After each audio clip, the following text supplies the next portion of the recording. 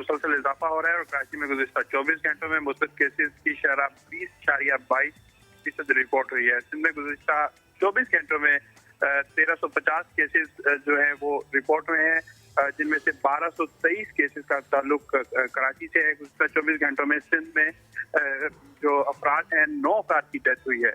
तो ये मुसलसल इजाफा देखने में आ रहा है और इसके अलावा 150 से ज्यादा जो मरीज हैं वो क्रिटिकल है, जबकि 17 मरीज जो है इस टाइम वेंटिलेटर पर मौजूद हैं।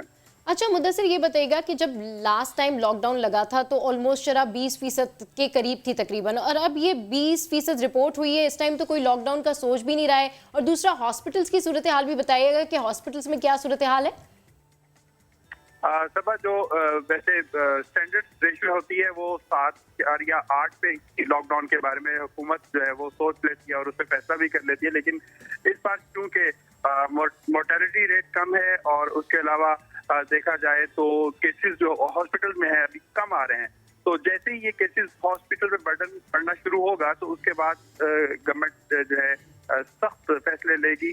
कल भी इजलास हुआ है वजीर सेहत सिंध का, उसमें अभी SOP को फॉलो करने के लिए जो है सख्त इक़दाम के लिए फैसले किए गए हैं, जिसमें 14 दिन की मुहिम का भी फैसला किया गया है कि 14 दिन डोर टू डोर जो है कैंपेन की जाएगी। वो खवातीन जो घरों में मौजूद है और ठीक है, डोर टू डोर कैंपेन भी की जाएगी। अपडेट करने के लिए शुक्रिया मुदस्सिर।